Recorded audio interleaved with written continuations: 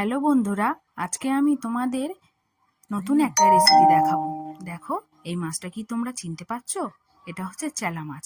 এই চেলা মাছের ভাপা খেতে কিন্তু খুব সুন্দর লাগে। চলো তাহলে রেসিপির দিকে যাওয়া যাক।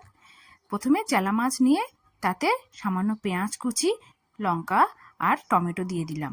আর দিয়ে দিলাম কি সামান্য ঝিরিঝিরি করে কাটা আলু। দিলাম নুন, হলুদ আর গুঁড়ো লঙ্কা।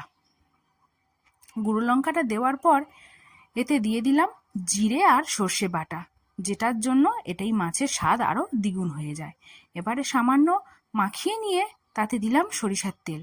সর্ষের তেলটা দিয়ে খানিকক্ষণ মাখিয়ে নিয়ে এটা খানিকক্ষণ রেস্টে রাখতে হবে।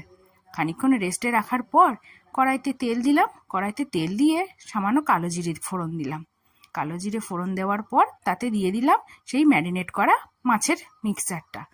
সেটা এই মাছটা সাধারণত কাঁচাই রান্না করা হয়, আগে থেকে ভেজে নেওয়ার কোনো দরকার নেই।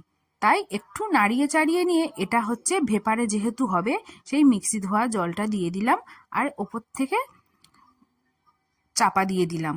খানিকক্ষণ ভেপারে রাখার পর দেখো কালারটা কি সুন্দর এসেছে। এবার এর ওপর থেকে সামান্য ধনেপাতা কুচি দিয়ে নামিয়ে নেব।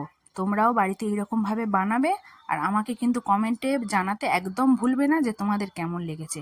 আমাদের তো খুব দারুণ লেগেছিল।